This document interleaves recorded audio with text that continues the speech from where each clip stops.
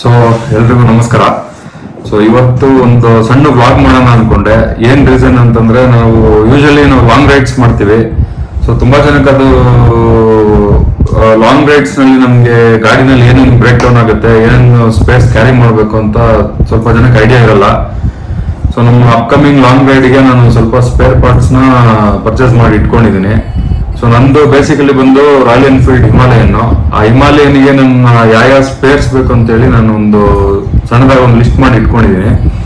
So ಮೊದಲನೇದಾಗಿ fuse. So ಇಲ್ಲಿ 6 fuse ಇದೆ.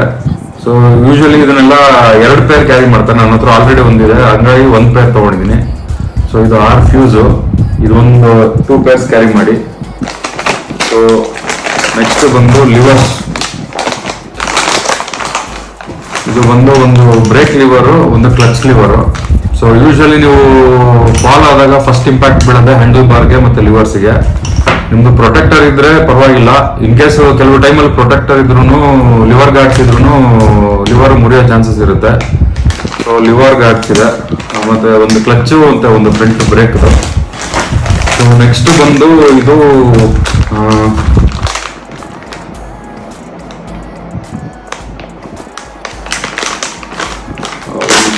ಒಳಗಡೆ ಮಲ್ಟಿಪಲ್ ಪಾರ್ಟ್ಸ್ ಇದೆ, ಓಪನ್ ಮಾಡಿ. ಸೊ ನಾನು 1 ಪೇರ್ ಫ್ರಂಟ್ ಮತ್ತೆ ರೇರ್ ಬ್ರೇಕ್ ಪ್ಯಾಡ್ಸ್ ಇಟ್ಕೊಂಡಿದ್ದೀನಿ. ಸೊ ಯೂಶಲಿ ನೀವು ಜಾಸ್ತಿ ಬ್ರೇಕಲ್ಲಿ ಅವಾಯ್ಡ್ ಮಾಡಲ್ಲ, ಇಂಜಿನ್ ಬ್ರೇಕಿಂಗ್ ಮಾಡ್ತೀರಾ ಅಂದ್ರೆ 1 ಪೇರ್ ಸಾಕು. ಇಲ್ಲ ನಾನು ತುಂಬಾ ಬ್ರೇಕಲ್ಲೇ ನಾನು ಅವಾಯ್ಡ್ ಮಾಡ್ತೀನಿ ಅನ್ನೋದಾದ್ರೆ ರೇರ್ 2 ಪೇರ್ ಇಟ್ಕೊಳ್ಳಿ, ಫ್ರಂಟ್ 1 ಪೇರ್ ಸಾಕಾಗುತ್ತೆ. ಸೊ ಇದು ಬ್ರೇಕ್ ಪ್ಯಾಡ್ಸು. ಸೊ ನೆಕ್ಸ್ಟ್ ಬಂದು ಚೈನ್ ಲಿಂಕ್, ಇದು ಮೇಯ್ನು. ಸೊ ಏನಾಗುತ್ತೆ ಅಂದ್ರೆ ನಮ್ಮ ಆಫ್ ರೋಡ್ ಅಲ್ಲಿ ಹೋಗುವಾಗ ಸ್ವಲ್ಪ ನಮ್ಮ ಚೈನಿಗೆ ಇಂಪ್ಯಾಕ್ಟ್ ಬೀಳೋದು ಚಾನ್ಸಸ್ ಜಾಸ್ತಿ ಇರುತ್ತೆ, ಚೈನಿಗೆ ಕಲ್ಲು ಹೊಡಿಯೋದು. ಸೊ ನಾನು ಅದನ್ನ 2 ಇಟ್ಕೊಂಡಿದ್ದೀನಿ, 2 ಲಿಂಕ್ ಎಕ್ಸ್ಟ್ರಾ ಇಟ್ಕೊಂಡಿದ್ದೀನಿ. ಸೊ ನೆಕ್ಸ್ಟ್ ಬಂದು ಇದು ರೇರ್ ಬ್ರೇಕ್ ಪೆಡಲ್. ಸೊ ಕಾಲಲ್ಲಿ ಹಿಡಿತೀರಲ್ಲ, ರೇರ್ ಬ್ರೇಕ್ ಪೆಡಲ್. ಸೊ ಇದನ್ನು ನೀವು ಫಾಲ್ ಆದಾಗ ಇದು ಇಂಪ್ಯಾಕ್ಟ್ ತಗೊಳುತ್ತೆ. ಸೊ ಯೂಶಲಿ ಈ ತರ ಪಾರ್ಟ್ಸ್ ನಿಮ್ಗೆ ಲಾಂಗ್ ರೈಡ್ ಅಲ್ಲಿ ಹೋದಾಗ ನಮ್ಮ ಎಸ್ಪೆಷಲಿ ಕರ್ನಾಟಕದಲ್ಲಿ ಸಿಗೋ ತರ ಸ್ಪೇರ್ಸ್ ಅಥವಾ ಸರ್ವಿಸ್ ನಿಮ್ಗೆ ಔಟ್ಸೈಡ್ ಕರ್ನಾಟಕ ಸಿಗಲ್ಲ. ಸೊ ಅದಕ್ಕೆ ನಾನು ಸಿಗದೇ ಇಲ್ಲ ಅಂತಲ್ಲ, ಸಿಗುತ್ತೆ, ಬಟ್ ಸ್ವಲ್ಪ ನೀವು ಕಷ್ಟ ಪಡ್ಬೇಕು. ಯಾಕಂದ್ರೆ ಅಲ್ಲಿ ಲೋಕಲ್ ಅಲ್ಲಿ ನಮ್ಗೆ ಏನೇನು ಸಿಗುತ್ತೆ, ಎಲ್ಲೆಲ್ಲಿ ಏನೇನಿದೆ ಗೊತ್ತಿರಲ್ಲ. ಸೊ ಅದಕ್ಕೆ ಬೆಟರ್ ನಾವು ಒಂದು ಸ್ಪೇರ್ ಕ್ಯಾರಿ ಮಾಡೋದು ಬೆಟರ್. ಸೊ ಇದು ರೇರ್ ಬ್ರೇಕ್. ಸೊ ನೆಕ್ಸ್ಟ್ ಬಂದು ಆಕ್ಸಿಲರೇಟರ್ ಕೇಬಲ್, ಇದು ಇಂಪಾರ್ಟೆಂಟು. ಕ್ಲಚ್ ಕೇಬಲ್ ನೀವು ಆಲ್ಮೋಸ್ಟ್ ಎಲ್ಲೋದ್ರೂ ಸಿಗುತ್ತೆ. ಇನ್ ಕೇಸ್ ನಿಮ್ಮ ಪರ್ಟಿಕ್ಯುಲರ್ ಗಾಡಿ ಸಿಗ್ಲಿಲ್ಲ ಅಂದ್ರೂ ಸಿಮಿಲರ್. ಫಾರ್ ಎಕ್ಸಾಂಪಲ್ ಇವಾಗ ನಂದು ಹಿಮಾಲಯನ್ ಕ್ಲಚ್ ಕೇಬಲ್ ಇಲ್ಲ ಅಂತಂದ್ರೆ ನಾನು ಥಂಡರ್ ಬರ್ಡ್ ಇಲ್ಲ ಕ್ಲಾಸಿಕ್, ಸೊ ಆ ಥರದ್ದು ಯಾವ್ದಾದ್ರು ಮಿಕ್ಸ್ ಅಂಡ್ ಮ್ಯಾಚ್ ಮಾಡಿ ಯೂಸ್ ಮಾಡ್ಕೋಬಹುದು. ಬಟ್ ಇದು ಥ್ರಾಟಲ್ ಕೇಬಲ್, ಆಕ್ಸಿಲೇಟರ್ ಕೇಬಲ್ ಅಂತಾರೆ, ಇದು ನಿಮಗೆ ಸಿಗಲ್ಲ. ಸೊ ಇದು ಕ್ಯಾರಿ ಮಾಡೋದು ಮಸ್ಟ್ ಅಂಡ್ ಶುಡ್ ನೀವು ಲಾಂಗ್ ಹೋಗುವಾಗ. ಯೂಶಲಿ ಕ್ಲಚ್ ಕೇಬಲ್ ಅಷ್ಟು ಬೇಗ ಹೋಗಲ್ಲ, ಬಟ್ ಇನ್ ಕೇಸ್ ಏನಾದ್ರು ಹೋಯ್ತು ಅಂದ್ರೆ ನಿಮ್ಗೆ ಸೋರ್ಸ್ ಮಾಡೋದು ಕಷ್ಟ ಪಾರ್ಟ್ಸ್. ಆಮೇಲೆ ನೆಕ್ಸ್ಟ್ ಬಂದು ಗೇರ್ ಫುಲ್ ಅಸೆಂಬ್ಲಿ. ಇದು ಬರೀ ನಿಮ್ ಪೆಡಲ್ ತಗೊಂಡಿಲ್ಲ, ಫುಲ್ ಅಸೆಂಬ್ಲಿ ತಗೊಂಡಿದ್ದೀನಿ. ಸೊ ಇದೇನು ತಗೊಂಡಿದ್ದೀನಿ ಅಂದ್ರೆ ಇದು ಅಷ್ಟೇ, ನಮ್ದು ಆಫ್ ರೋಡ್ ಮಾಡೋದ್ರಿಂದ ಇಂಪ್ಯಾಕ್ಟ್ ಬೀಳುತ್ತೆ. ಬಿದ್ದಿದೆ, ನನ್ನ ಬೇರೆ ಬೇರೆ ರೈಡ್ಸ್ ಅಲ್ಲಿ 2 ರೈಡ್ ಅಲ್ಲಿ ಬಿದ್ದು ಗೇರ್ ಲಿವರ್ ಬೆಂಡ್ ಆಗಿತ್ತು. ಸೊ ರಿಸ್ಕ್ ಬೇಡ ಅಂತೇಳಿ ಬರೀ ನಿಮ್ಗೆ ಫ್ರಂಟ್ ಪೆಡಲ್ ಪಾರ್ಟ್ ಬರುತ್ತಲ್ಲ, ಒಂದು ಈ ಕಬ್ಬಿಣದ ರಾಡ್ ತರ ಬರುತ್ತೆ ನೋಡಿ, ಬರೀ ಶಿಫ್ಟರ್, ಅದು ಮಾತ್ರ ಸಿಗುತ್ತೆ ನಿಮ್ಗೆ. ಬಟ್ ಏನಂತಂದ್ರೆ ನೀವು ಒಂದ್ಸಲ ಅದೇನಾದ್ರು ಕಟ್ ಆಯ್ತು ಅಂದ್ರೆ ಅದನ್ನ ಫುಲ್ಲು ಕಂಪ್ಲೀಟ್ ಸೆಟ್ ಎಲ್ಲ ಬಿಚ್ಚಿ ತುಂಬಾ ಟೈಮ್ ಹಿಡಿಯುತ್ತೆ. ಸೊ ಅದು ಫುಲ್ ಅಸೆಂಬ್ಲಿ ಬರುತ್ತೆ. ಒಂದು ಬೋಲ್ಟ್ ಬಿಚ್ಚಿದ್ರೆ ಫುಲ್ ನೀವು ಅಸೆಂಬ್ಲಿ ಒಂದು ಇದು ಮಾಡ್ಕೋಬಹುದು.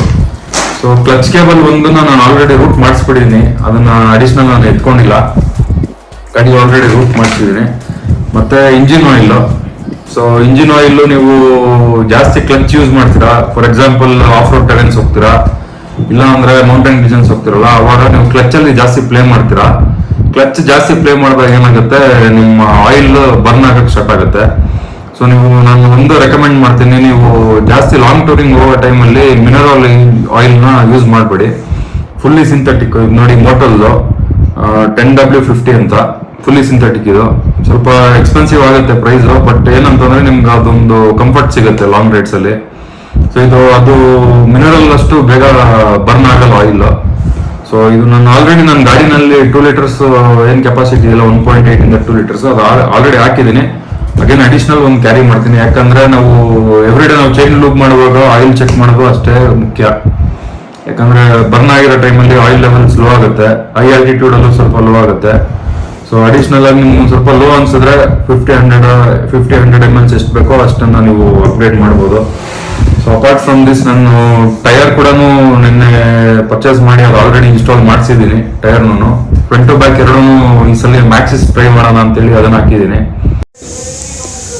ಇದೆ ಅದು ಟೈರು ಮ್ಯಾಕ್ಸಿಸ್ದು, ಮ್ಯಾಕ್ಸಿಸ್ ಮ್ಯಾಕ್ಸ್ಪ್ಲೋರರ್ ಅಂತೇಳಿ ಮಾಡಲ್. ಸೊ ಫ್ರಂಟ್ ಬ್ಯಾಕ್ ಎರಡು ಒಟ್ಟಿಗೆ ಮಾಡಿಸ್ತಾ ಇದ್ದೀನಿ. ಇನ್ನೊಂದು ಸ್ವಲ್ಪ ಲೈಫ್ ಇತ್ತು ಪ್ರೀವಿಯಸ್ ಟೈರು, ಬಟ್ ನಮ್ಗೆ ಅದು ಸೆಟ್ ಆಗಿಲ್ಲ ಯಾಕೋ. ಬಿಕಾಸ್ ಪ್ರೀವಿಯಸ್ಲಿ ನನಗೆ ರೈಸ್ ಅಷ್ಟು ಸ್ಯಾಟಿಸ್ಫ್ಯಾಕ್ಷನ್ ಬರಲಿಲ್ಲ, ಲೈಫ್ ಆಗಲಿ ಗ್ರಿಪ್ ಆಗಲಿ. ಪ್ರೀವಿಯಸ್ಲಿ ನನ್ನ ಹತ್ರ ಟೂರರ್ ಅಂತ ವೇರಿಯಂಟ್ ಇದ್ದಿದ್ದು. ಸೊ ಅಪಾರ್ಟ್ ಫ್ರಮ್ ದಟ್ ಇನ್ನೊಂದು ಇಂಜಿನ್ ಒಂದು ಕೇಬಲ್ ಬರುತ್ತೆ, ಅದ್ರ ಹೆಸರು ಗೊತ್ತಿಲ್ಲ ನನಗೆ. ಸೊ ಅದೊಂದು ಪರ್ಚೇಸ್ ಮಾಡಬೇಕು, ಅದೊಂದು ಪರ್ಚೇಸ್ ಮಾಡಿ ಇಟ್ಕೊಳ್ಬೇಕು. ಇನ್ನೊಂದು ಇಂಪಾರ್ಟೆಂಟ್ ಏನಂದ್ರೆ tubes, front to back tube ಅದೆರಡನ್ನೂ ನೀವು ಕ್ಯಾರಿ ಮಾಡಿ. ಯಾಕಂದ್ರೆ ಈ ಸ್ಪೋಕ್ ವೀಲ್ ಇರೋದ್ರಿಂದ ಪಂಚರ್ ಆಗೋ ಚಾನ್ಸಸ್ ಜಾಸ್ತಿ ಇರುತ್ತೆ. ಸೊ ಆಫ್ ರೋಡಿಂಗ್ ಅಲ್ಲಿ ಇಂಪ್ಯಾಕ್ಟ್ ಜಾಸ್ತಿ ತಡ್ಕೊಳ್ಳುತ್ತೆ, ಅದರ ಮೇಲೆ ಕ್ವಶನ್ ಏನಿಲ್ಲ. ಬಟ್ ಏನಂದ್ರೆ ನೀವು ಹೈವೇ ಟೂರಿಂಗ್ ಹೋಗುವಾಗ ಪಂಚರ್ ಆಯ್ತು ಅಂದ್ರೆ ಅದು ನೆಕ್ಸ್ಟ್ ಲೆವೆಲ್. ಸೊ ಅದು ಅನುಭವಿಸಿರೋದು ಮಾತ್ರನೇ ಗೊತ್ತಾಗೋದು. ಸೊ ನಾನು ಟ್ಯೂಬ್ ಇಟ್ಕೊಂಡಿದ್ದೀನಿ. ಸೊ ಇದು ರೈಸ್ ಕಂಪ್ನಿ ಇದು ಟ್ಯೂಬು, ಇದು ಫ್ರಂಟ್ ಟ್ಯೂಬು ಕೂಡ ಇಟ್ಕೊಂಡಿದ್ದೀನಿ ನಾನು. ಸೊ ರೇರು ಇಟ್ಕೊಂಡಿದ್ದೀನಿ, ಅದು ಬೇರೆ ಕಡೆ ಇಟ್ಟಿದ್ದೀನಿ. ಸೊ ಇಷ್ಟು ನೀವು ಮ್ಯಾಂಡೇಟ್ರಿ ನೀವು ಕ್ಯಾರಿ ಮಾಡಲೇಬೇಕು. ಬಿಕಾಸ್ ಗೇರ್ ಲಿವರು ಆಮೇಲೆ ಪೆಡಲ್ಸ್ ಅವೆಲ್ಲ ಹೋದ್ರೂ ಹೋಗ್ಬೋದು, ಬಿಟ್ಟರು ಬಿಡ್ಬೋದು, ನಿಮ್ಗೆ ಗ್ರಾಚಾರ. ಇಷ್ಟು ಬೇಸಿಕ್ ಪಾರ್ಟ್ಸ್ ನಾವು ಲಾಂಗ್ ರೈಡಲ್ಲಿ ಕ್ಯಾರಿ ಮಾಡಬೇಕಾಗಿರೋದು. ಸೊ ಇನ್ ಕೇಸ್ ನಾನು ಇನ್ಯಾವುದಾದ್ರು ಇಂಪಾರ್ಟೆಂಟ್ ನಾ ಮರ್ತಿದ್ರೆ ಕಮೆಂಟ್ಸ್ ಅಲ್ಲಿ ತಿಳಿಸಿ. ಇನ್ನೇನಾದ್ರು ಸಜೆಷನ್ಸ್ ಇತ್ತು ಅಂದ್ರೂ ತಿಳಿಸಿ ಕಮೆಂಟಲ್ಲಿ. ಕಮ್ಮಿ ಟೈಮಲ್ಲಿ ನನಗೆಲ್ಲ ಪಾರ್ಟ್ಸ್ ಸೋರ್ಸ್ ಮಾಡಿ ಕೊಟ್ಟಿದ್ದಾರೆ, ಜೊತೆಗೆ ಡಿಸ್ಕೌಂಟು ಕೊಟ್ಟಿದ್ದಾರೆ. ಸೊ ನನ್ನ ಗಾಡಿದು ಸರ್ವಿಸ್ ಕೂಡ ನಾನು ಅಲ್ಲೇ ಮಾಡಿಸ್ತಾ ಇದ್ದೀನಿ. So special thanks to paramount owner Manohar ಸರ್ಗೆ. ಹಾಗೇನೆ ನನ್ನ ಈ ಪಾರ್ಟ್ಸ್ನ ಸಜೆಸ್ಟ್ ಮಾಡಿದಂತಹ ಪುನೀತ್ ಶೆಟ್ಟಿ ಅವ್ರಿಗೆ, ಮತ್ತೆ ನಮ್ಮ royal Enfield HSR service ಇವರಾದಂಥ Arvind ಮತ್ತು ನಮ್ಮ ಅಡ್ವೈಸರ್ ಆದ ರಾಹುಲ್ ಅವ್ರಿಗೆ. ಸೊ ಎಲ್ರಿಗೂ ನಾನು ಥ್ಯಾಂಕ್ಸ್ ಹೇಳಕ್ಕೆ ಇಷ್ಟಪಡ್ತೀನಿ. Thank you.